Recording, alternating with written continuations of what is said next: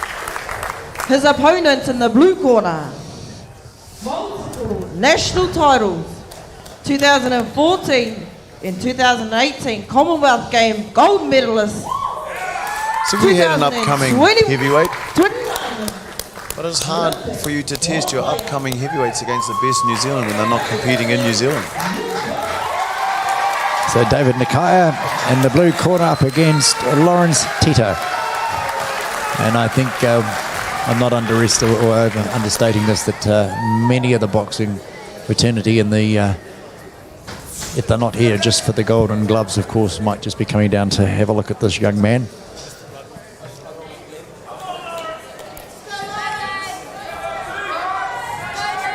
And somehow I don't think this one's going to be slow by any stretch of the imagination.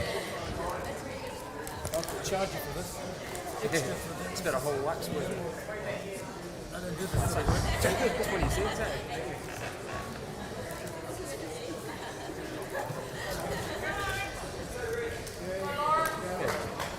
Focus, sharp focus. Pay attention, sharp distance.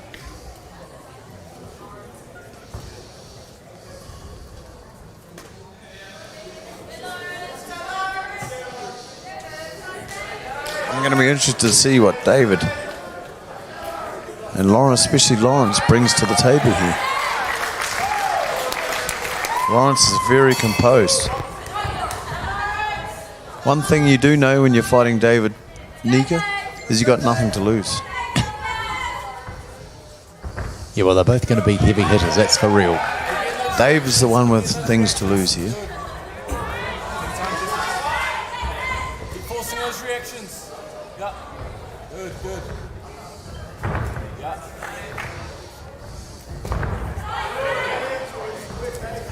He's getting that jab working nice and early.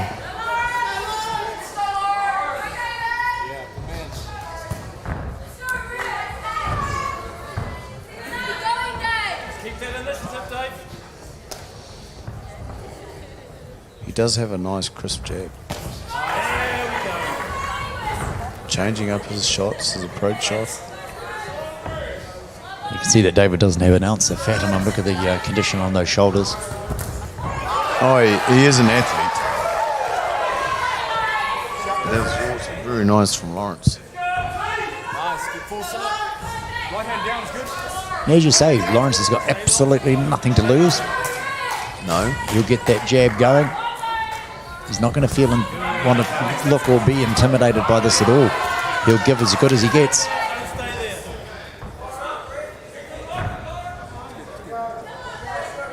Sharp lead hand.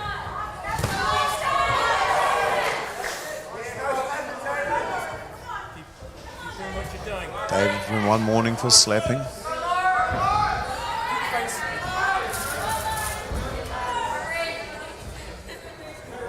Keep the face. Lovely overhand right. Dancing. And again.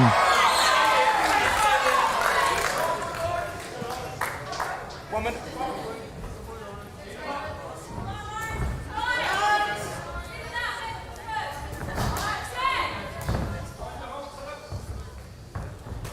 Nice.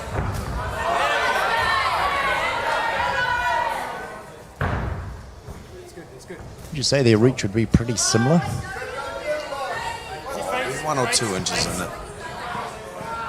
But both of them look, from TV perspective, look very evenly. It's very even in size. You know, Davis does come in a crouch. Don't stay there.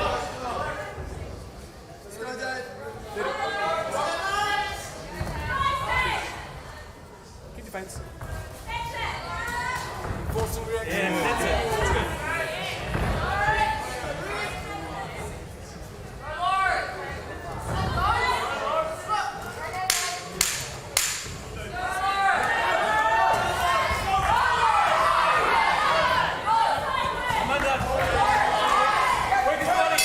Just let the boxing speak for itself with that. Yes. Watching two athletic boxers going for Very it. watching. It does get difficult to watch and commentate when you end up engrossed in the match. You forget to share your views. Yeah, well, the boys are actually, as I said, that first round lining themselves up, sizing themselves. It's good. I was watching Dave's jab, and he seems to just push his jab out and not snapping it out, but it does connect. Yeah, and that in that replay there, you just saw a couple of nice over rights, managed to sneak them through.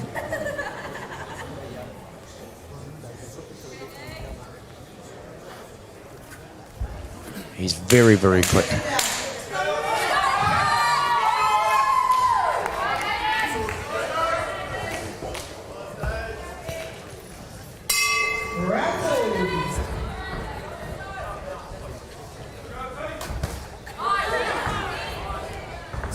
Lawrence has been sent out with a bit of a bum's rush. Go out and do something. You're giving it away. You're not bringing the fight to David. You're starting to fight his fight.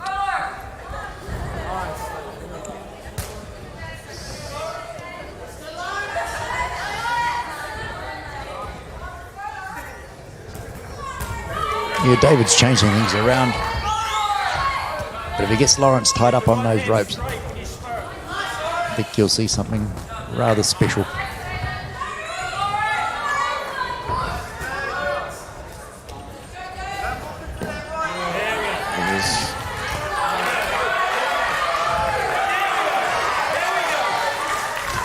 He's starting to get quite comfortable now. Switch his stance to close the distance. And that jab starting to have an effect as well. You can see a little bit of claret coming from out of Lawrence's.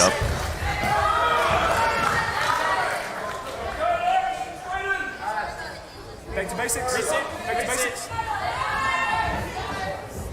So that jab and a couple of those big rights have made an impact on Lawrence Tita so quickly.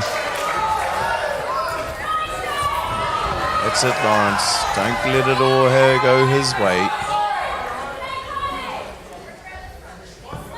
Reset. Basics still, basics.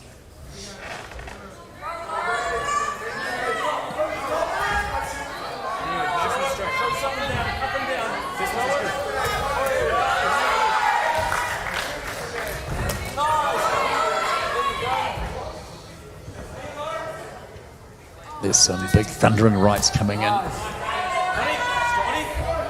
I'm quite surprised because David does leave himself open on a lot of his shots.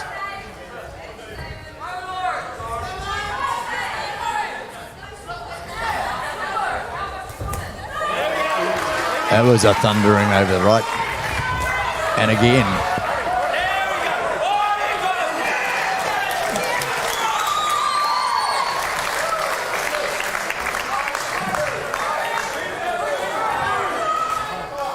Just a little low, I feel. Walking it off. Referee will give him a chance to see how he feels. Yep, keep it above that.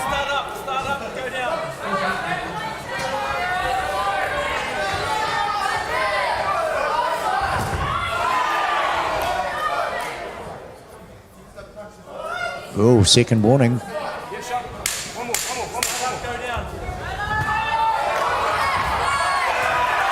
I think David's saying, I've had enough of this. Let's go for it. And Lawrence says, I don't think so. Wow. David, you want to have a go? I'll have a go back. I think David got a little bit frustrated at the referee's call of him calling it a second low blow. So he is out to sort of prove.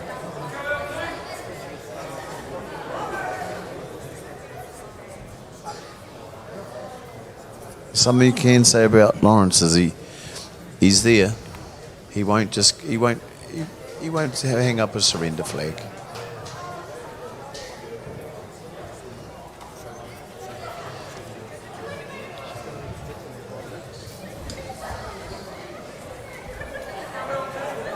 It's the one they called the low blow.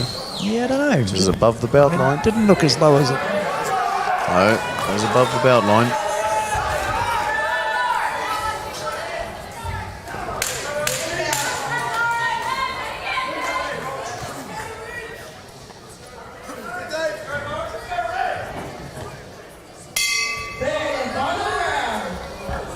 Well, guess what I'm not interested in doing? Joining this round.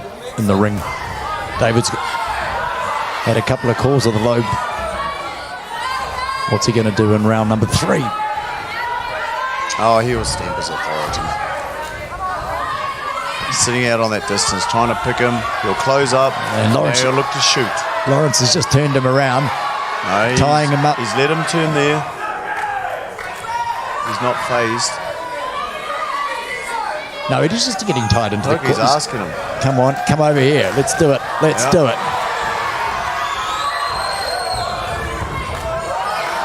The crowd in the Great Lakes Centre are absolutely loving this. Coupling. Oh, now that was a beauty. A left hook that just dropped Lawrence Teta. No. Doctors come in. He did call him out though, didn't he? He did. What's the doc saying? David tried to call him into the corner. He backed off. Frustrated David. David let go. That was a thundering left. Oh, it was a nice left hook. I think it was a left hook.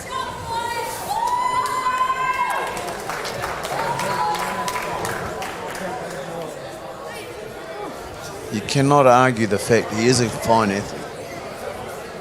Yeah, so this is the final part where it comes in. You're sort of like, come on, let's get out of here. And then whoofo. Thundering the knees buckled. He's back up on his feet, of course, which is great. And as with all amateur boxing, absolutely important. Safety first.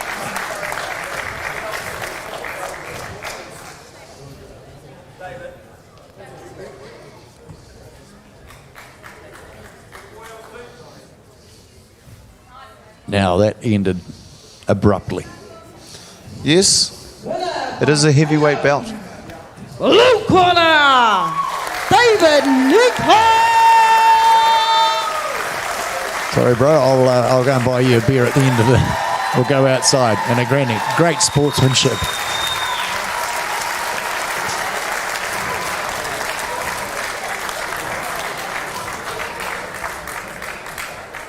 Absolutely wonderful.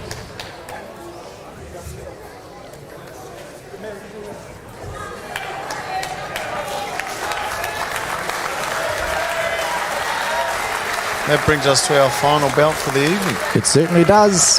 The super heavyweights. It's if you're 91 kg and over. Do you think the crowd enjoyed that one? Oh, yes, they're waiting for something big. Lucky last They were waiting for something. bout of this evening. Number 57, super heavyweight, 91 plus kilos. Fighting out of the red corner, Matt Matoika. So we've got Matt Matika up against Timothy Easthorne in the blue Fighting out corner. of the blue corner, Matt in Timothy the red. This is a super heavyweight. The final bout of the night. Bout number 114 for the weekend. And may I remind you, this is where you picked Timothy Easthorne to win. Yes, I did. This is your only early pick. It was my only early pick of the whole weekend. You picked it yesterday.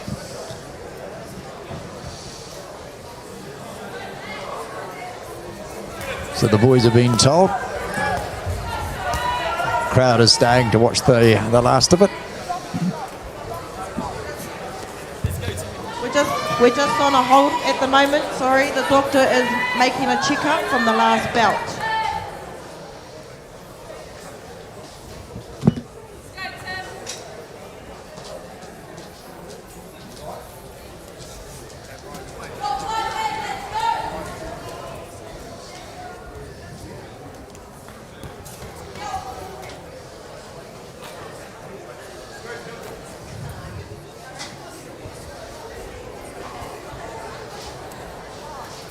We'll just wait for the bout gets underway. Always like to say a great shout out to all the volunteers that have been assisting for this North Island Golden Gloves Championships here in Taupo over the weekend. Appreciate all the caterers and all those that, of course, kept the place ticking over for the weekend. And pal Marshall, who's been sitting alongside me this evening. Big thank you out to your team. That's all right. It's a pleasure, mate. It's all for boxing. We've had some great bouts. And hope you've enjoyed it at Sky Sport Next, the Hopefully we have YouTube a channel. Cracker last bout just like our last one. Eh? Yeah, wouldn't that be good? As with the super heavyweights, I can tell you that Matt, he'll bring it to Timothy. Big Timothy, he might be a tall, lanky man, but Matt, he's got to hunt him down and he's got to land some big shots. I think he's got the power on Timothy. So, of course, Matt in the red corner, Timothy in the blue. So you could say you got a power shot person over here on Matt, and Timothy, he's the boxer. He's got good distance, good footwork, but can Matt get in and land that telling shot? Super heavyweights, this is what it's about, isn't it? It's not too much about points. You can accumulate points if you want to, but if you can land that shot, it's game over. Well, it was just proven in As you just saw. in the last bout. David Nakia is a big unit, and he landed that.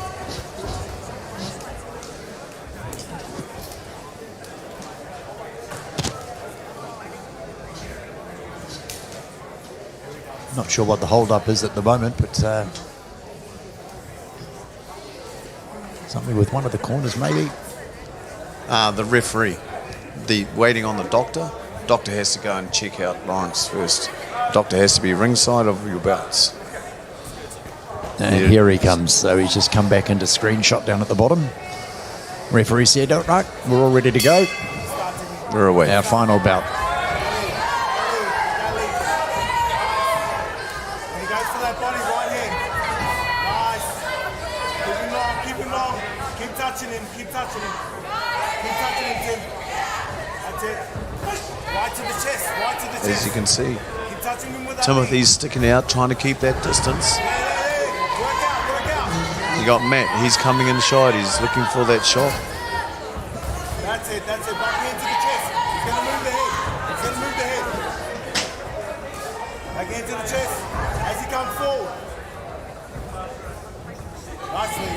Keep pumping. Showing a bit of height advantage, Timothy Easthorpe. He'll come. But I got a funny feeling Matt just wants to finish this one early. I think this is part of his game plan. He can't afford to sit out there at that reach at Timothy. He knows Timothy's a good boxer. You got to remember, a lot of these boxers have seen each other on the circuit a lot and have maybe fought each other before. That's it. Keep it long. To the chest. Bring it down So a lot of them meeting again for rematches. Yeah, working close.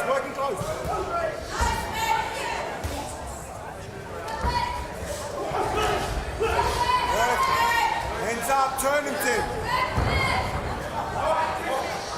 You can run and hide in local tournaments and stuff like that, but when it comes down to the Golden Gloves, it's all about the draw. Fast. Don't overcommit. You might get a separate path to the finals, but the final is the final. Use the feet.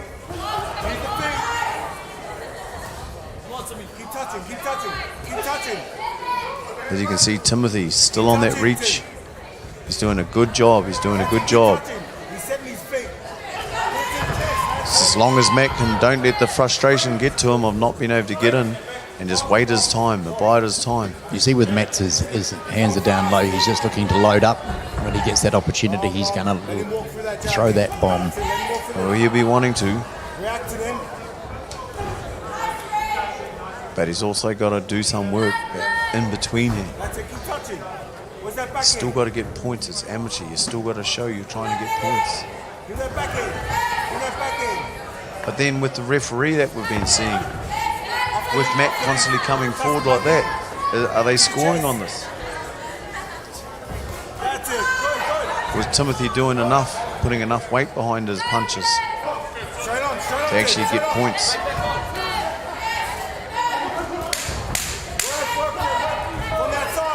I think Timothy's doing a fine job, but I'm not a referee.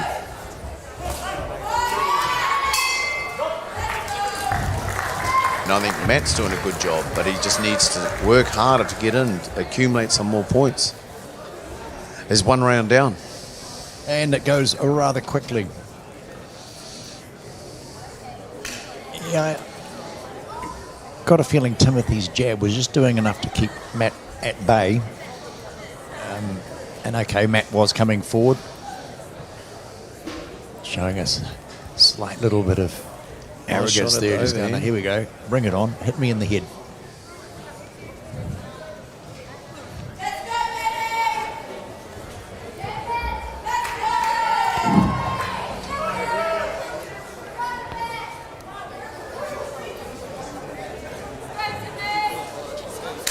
Seconds out. Both boxers keen to get back in. He's going to react to everything that you're throwing. Round 2. Straight away.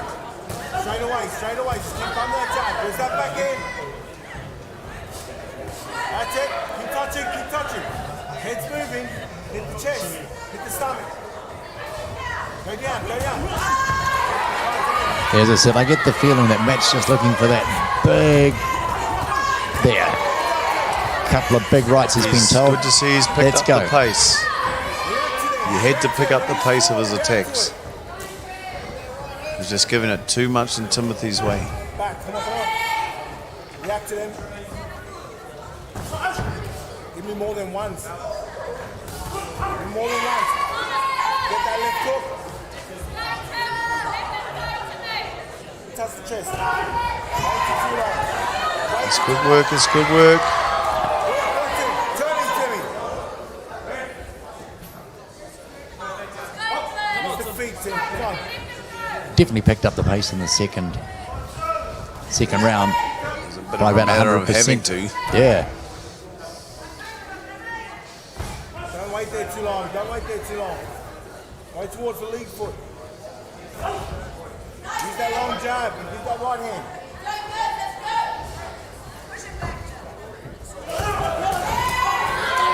Stay on him. Keep circling the lead foot. That's it.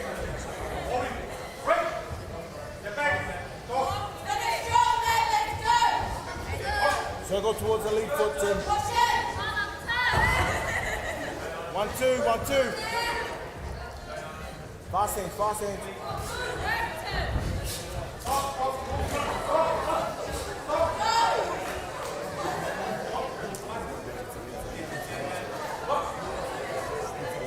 Go right, Timmy. Timmy, go right. That's it, go right. That's it, keep going right. Use the lead hand. It's nice work by Matt. He's getting some points now. He's closing in there on those counters and collecting his 3 nice shots, left, right, left there. Work there, Timmy. Coming Work off there, Matt's, off Timothy's jab. fast hands, that's it. Fast. So is he going to do enough? Well, I think he probably will. If you look at this third and final round coming up, I think he sort of feels that, okay, we've probably leveled this up a little bit. Other side, other side. That's it. Circle But I'm going to make a name for right. myself. This is going to be it. Use that lead hand. Don't let him, he's going to walk forward.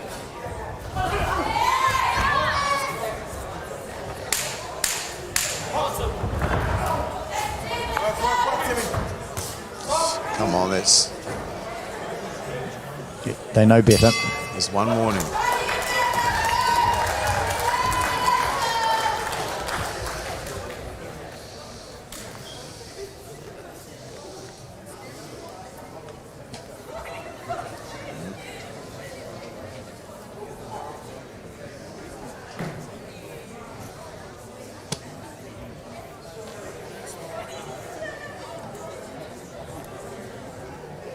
Yeah, well, I'm going to say split at this point.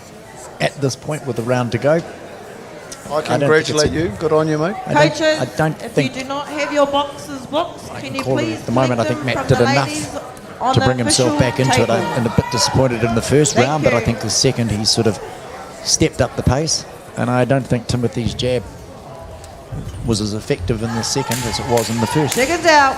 Let's see what they do with 3 minutes to go, and this is our Matt final.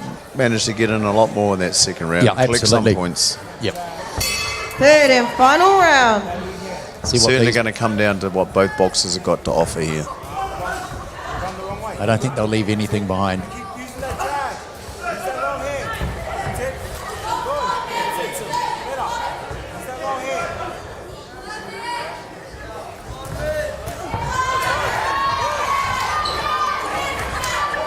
Work there. Push him off and go. I think Timothy connected with a nice right hand over the top. Followed, of course, with Matt counter punching straight back again. Work.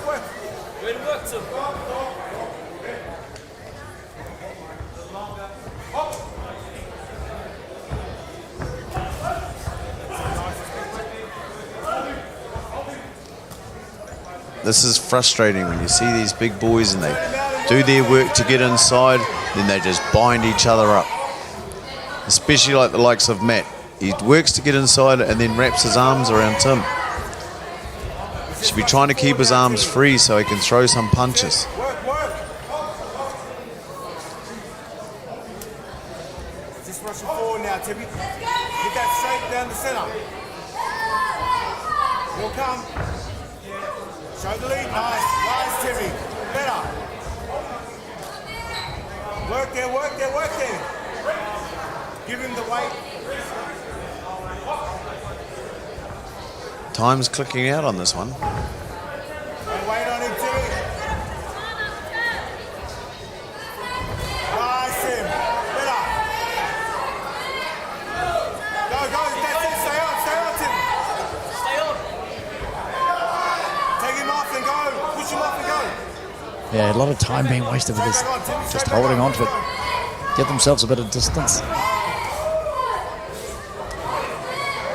I think wondering whether Matt feels he's done enough in that second round to actually just tie him up now and for the best. Silly if he thinks that. I'm sure he's trying to go in, still trying to win, Show the lead. but he's taking the wrong approach.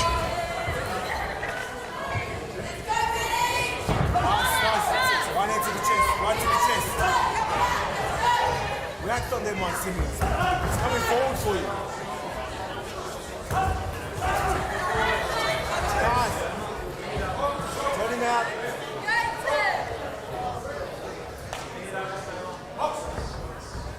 Show the jab. Timmy. Stopwatch is just giving me up, but we must be within about the last minute of this. High low.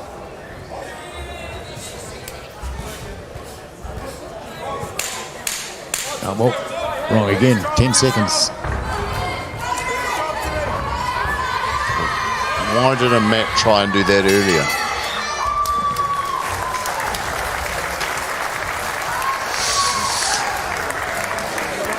Yeah, not sure where that one is going to go, to be honest. I'm way sure. Way sure.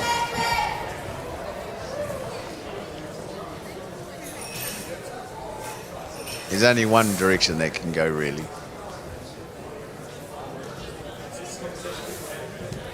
Well, while waiting for the judges' call, I'd like to put a shout out to Steve Hartley, President of Boxing New Zealand, who helped us with our commentary, along with you, pal, Marshall, from your own boxing club. And congratulations on your five golds and a couple of silvers today. Winner Three by silvers. split decision. Here we go. Thank you very much.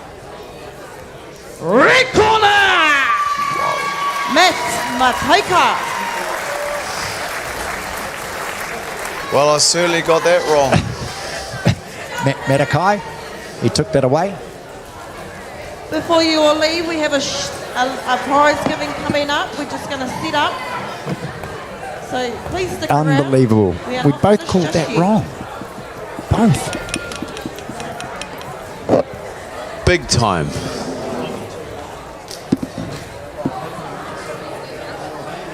I'd like to say a big, huge thank you on my behalf and the officials to the kitchen hand and the young male and female that bring us a cup of tea and water.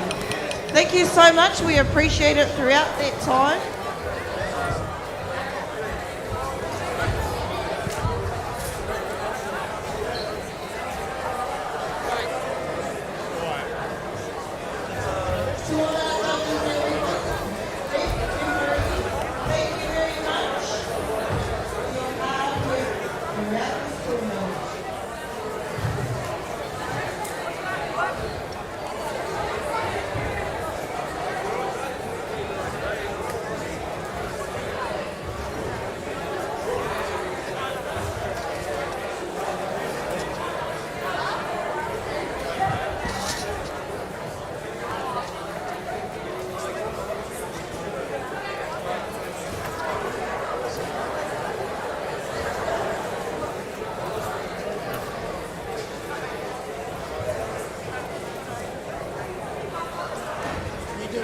Sky? No, where's David? Yeah, that's David Nicker. Yeah. Yep. Can you do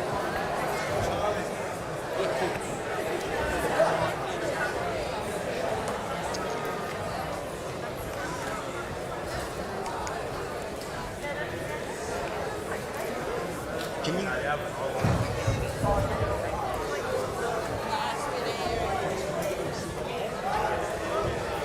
Going on the ring, are we? We're just here. What's it like? What's it like? In? Do you mind?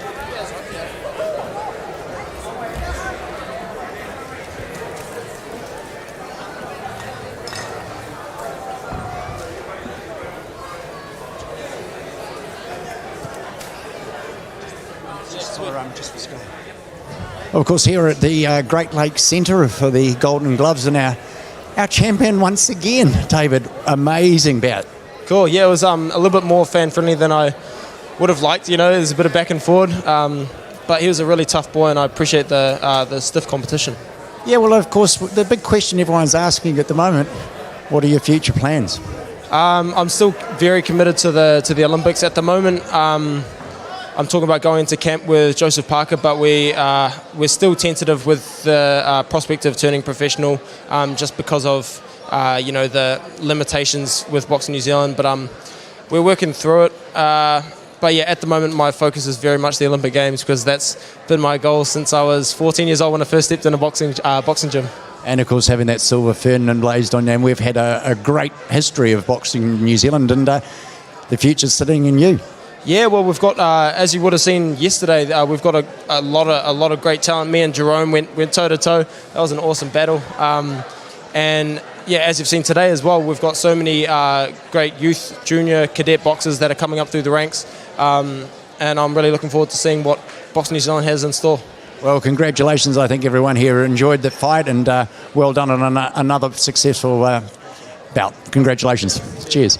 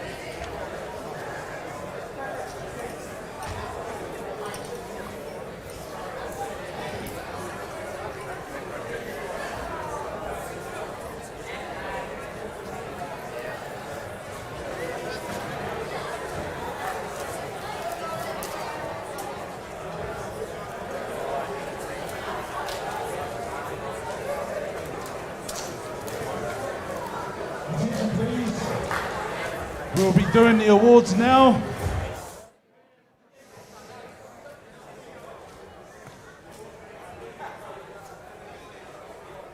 We're doing a mini cadet, male, Finbar O'Sullivan.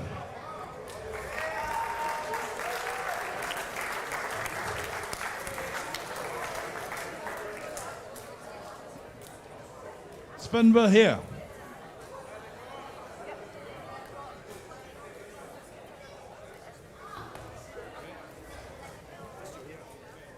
Okay, next one, Youth Elite female,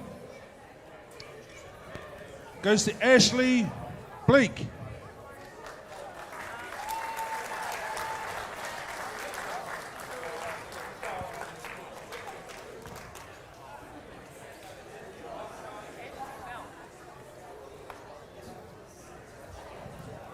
Ashley Bell.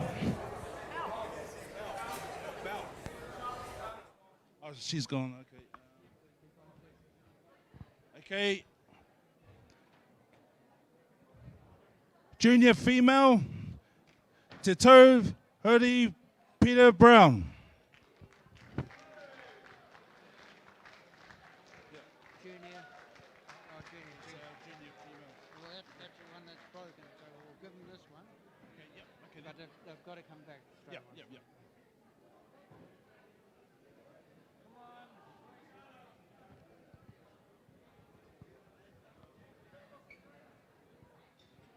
Thank you, Tatoda.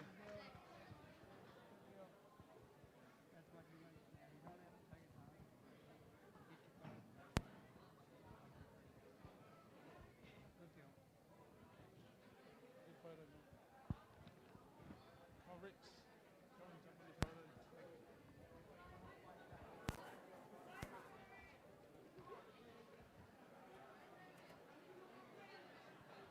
Okay, youth male, Toby Jensen.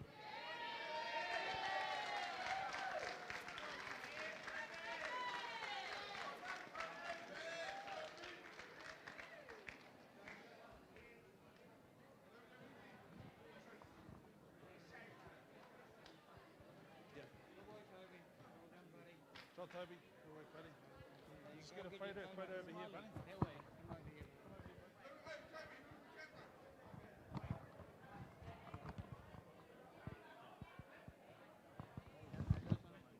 Get your photo, tag him over. Can't take it away. Good work, Toby.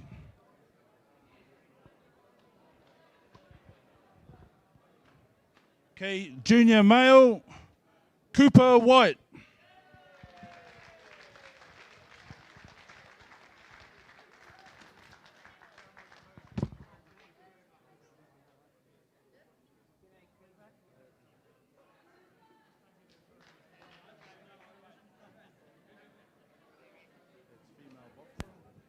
What do we got there, Rex? Most one's a junior. That's right. That's a bugger. Yeah, cool.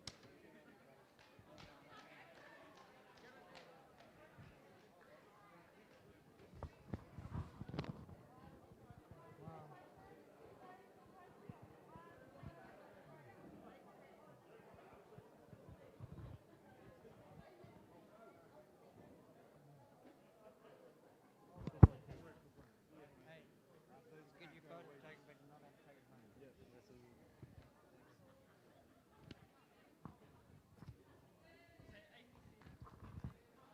Okay, elite male,